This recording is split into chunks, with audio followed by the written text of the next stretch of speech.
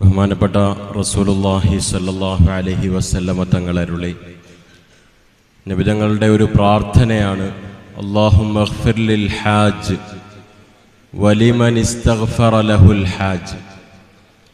നബി തങ്ങളുടെ ഈ ദുആ അല്ലാഹു സ്വീകരിച്ചു കഴിഞ്ഞ ദുആയാണ്. എന്താണ് ദുആയുടെ അർത്ഥം?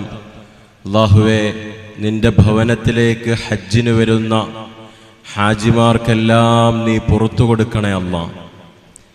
രണ്ടാമത്തെ ദുആ, ഹാജിമാർ ആർക്കുവേണ്ടിയെല്ലാം പാപമോചനം തേടുന്നുണ്ടോ അവർക്കും നീ പുറത്തു കൊടുക്കണേ അല്ലാഹ് എന്ന് സയ്യിദുനാ റസൂലുള്ളാഹി സ്വല്ലല്ലാഹു അലൈഹി വസല്ലം തങ്ങൾ ദുആ ചെയ്തു.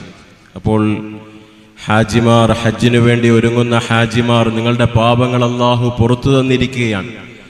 നിങ്ങൾ പാപമോചനം ആർക്കെല്ലാം വേണ്ടി തേടുമോ അവർക്കും അല്ലാഹു തീർച്ചയായും പുറത്തു കൊടുക്കും. അതുകൊണ്ട് നിങ്ങളെല്ലാവരും നിങ്ങളുടെ ഹജ്ജിൻ്റെ യാത്രയിലും വിശിഷ്യ അറഫയുടെ ദിനത്തിലുമെല്ലാം ഞങ്ങളെ എല്ലാവരെയും ഓർക്കണമെന്ന്, ദുആയിൽ ഓർക്കണമെന്ന് വസിയത്ത് ചെയ്യുകയാണ്.